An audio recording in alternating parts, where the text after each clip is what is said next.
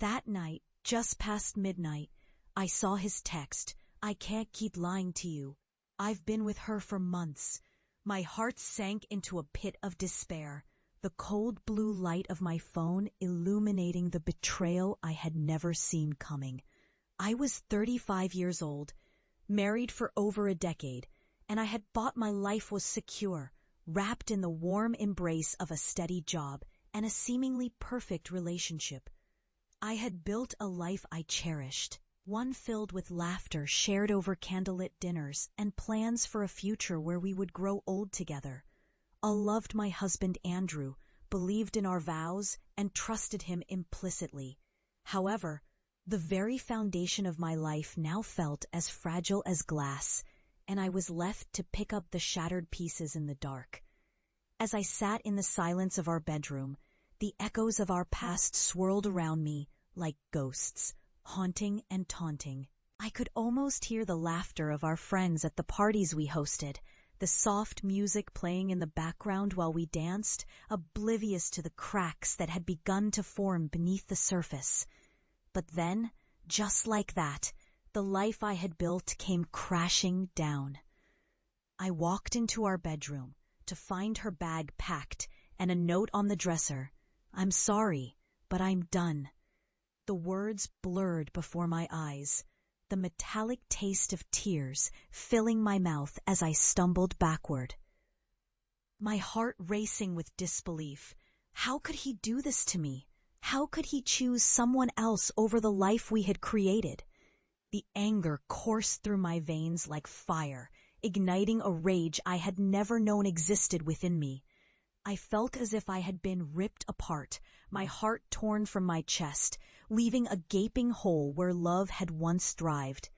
In the days that followed, I was a ghost of my former self, wandering through the empty halls of our home, like a lost soul. The silence was deafening, the echo of my footsteps a reminder of the life that had once been filled with joy. The walls seemed to close in around me, suffocating me with memories that turned from sweet to bitter. I could not escape the visions of Andrew and her, their laughter intertwining, their secrets hidden behind closed doors. I became obsessed, replaying every moment, searching for signs I had missed, clues that would explain how my world had turned upside down. Yet, amidst my grief and anger, I found myself drawn to Marcus, the new tenant who had just moved into the basement apartment. He was younger, vibrant, and exuded a confidence that I had long forgotten in my own life.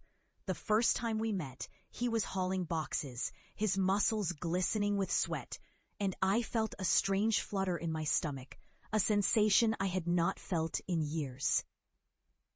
He was charismatic, with an infectious smile that lit up his face, and I could not help but admire the way he took on life with such passion. Our conversation started innocently enough, discussing the weather and neighborhood, but soon they evolved into deep discussions about dreams, aspirations, and the pain of loss. As the days turned into weeks, Marcus became my confidant, someone I could lean on in my darkest moments. He listened without judgment. His eyes filled with understanding as I poured out my heart. I shared stories of my marriage, my hopes, my dreams, and he offered me a glimpse of what it felt like to be alive again. There was a spark between us, an undeniable chemistry that ignited a longing deep within me. I was terrified of this connection, of the feelings I was beginning to develop for him, but it was impossible to ignore. One evening, I invited him over for a glass of wine, seeking solace in his company. The air was thick with tension as we sat on the couch, the flickering candlelight casting shadows across the room.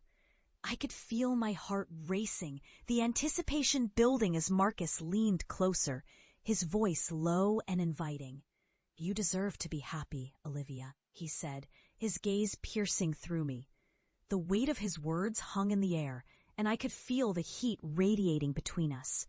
If this confession has you holding your breath, hit like and share, because what happens next will change everything. As the night wore on, our conversation shifted, and I found myself sharing more than I intended.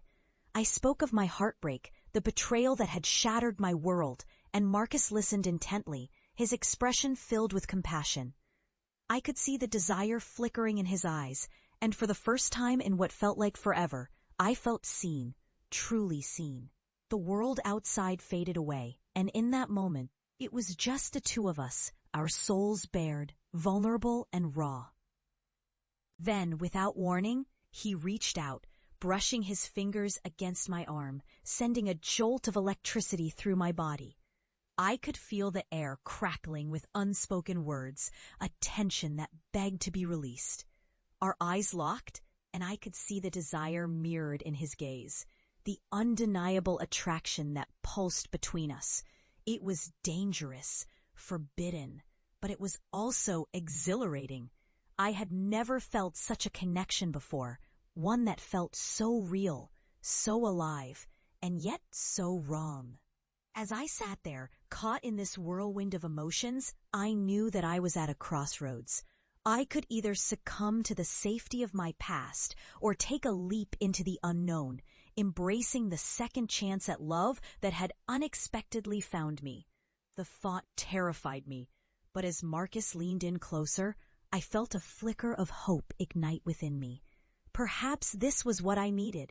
Chance to heal, to rediscover myself, and to learn what it meant to truly be loved again. As I looked into Marcus's eyes, I realized that I was ready to break free from the shackles of my past and embrace the possibilities that lay ahead. If you crave more raw, emotional confessions, please like, share, and subscribe. Your next chapter awaits.